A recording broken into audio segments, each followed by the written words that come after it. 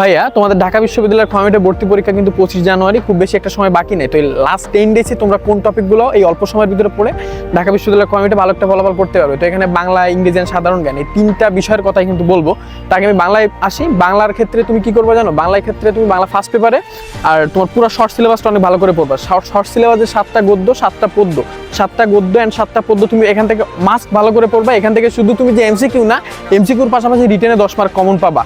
এর পাশাপাশি তোমার কিন্তু মুখস্থ পার্ট, অর্থাৎ তোমার যে মেমোরাইজিং অংশটা আছে বাংলার জন্য, বাংলার মেমোরাইজিং পার্টটা কিন্তু অনেক ভালো করে পড়া লাগবে। এখান থেকে কিন্তু প্রত্যেক বছর 3টা বা 4টা করে আসে। মেমোরাইজিং পার্টের ভিতরে তোমার এক কথায় প্রকাশ, তারপরে তোমার যে পারিভাষিক শব্দ, তারপরে বাগধারা, এই 3টা থেকে কিন্তু জেনারেলি একটা করে প্রশ্ন থাকে, অর্থাৎ 3 মার্ক কিন্তু তুমি মাস্ক পাবা।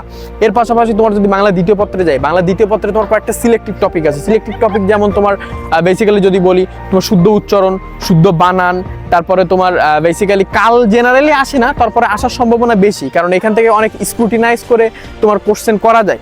ঠিক আছে, তারপরে সমাস, তারপরে তুমি তোমার বেসিক্যালি যদি আরো একটু ডিটেলসে বলতে যাই, তুমি একটু কারক বিভক্তিটা দেখে রাখতে পারো। কারক বিভক্তি তো একটা গুরুত্বপূর্ণ না, তারপরে তুমি শেষ সময় কিন্তু এই জিনিসগুলো দেখে রাখতে পারো।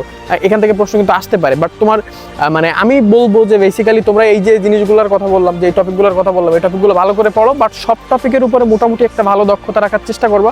বিকজ এই বছর প্রশ্ন প্যাটার্ন একটু ডিফারেন্ট হওয়ার মানে চান্স কিন্তু আছে। আর এরপরে যদি আমি তোমার ইংলিশে যাই, ইংলিশের ক্ষেত্রে তোমার কিন্তু ইংলিশ ফার্স্ট পেপার বইটা ভালো করে পড়তে হবে।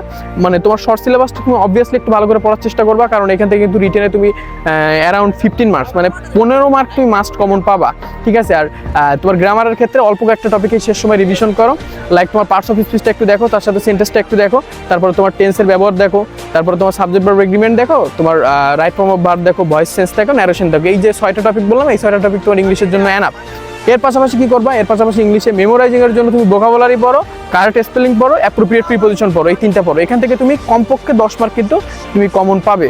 আর যদি জিকের কথা বলি, জিকেটা তোমার বেসিক্যালি কিন্তু অন্যান্যবার আমরা একটু দেখি যে শুধু বাংলাদেশ পার্টের উপর ফোকাস করে কোশ্চেনটা করা হয়, কিন্তু এই বছর বেসিক্যালি যে জিনিসটা হবে, এবছর কিন্তু আন্তর্জাতিক পার্ট থেকে কোশ্চেন আসার সম্ভাবনা বেশি। তোমরা বাংলাদেশে যে টপিকগুলো গতানুগতিকভাবে পড়ো, সমস্যা নয়, ওইগুলোই পড়ো, কিন্তু আন্তর্জাতিকের ক্ষেত্রে তোমার আন্তর্জাতিক যে আর্থসামাজিক সংস্থা আছে, আন্তর্জাতিক যে বর্তমানে যে ইন্টারন্যাশনাল বার্নিং ইস্যুগুলো চলতেছে, ঠিক আছে, এইগুলো একটু দেখো। তারপরে তোমার জাতিসংঘ থেকে, আন্তর্জাতিকের ক্ষেত্রে জাতিসংঘ থেকে মাস্ট প্রশ্ন আসবে, তারপরে নোবেল পুরস্কার সহ যে সকল পুরস্কারগুলো আছে, এই প্রশ্নগুলো থেকে কিন্তু মাস্ট প্রশ্ন আসবে।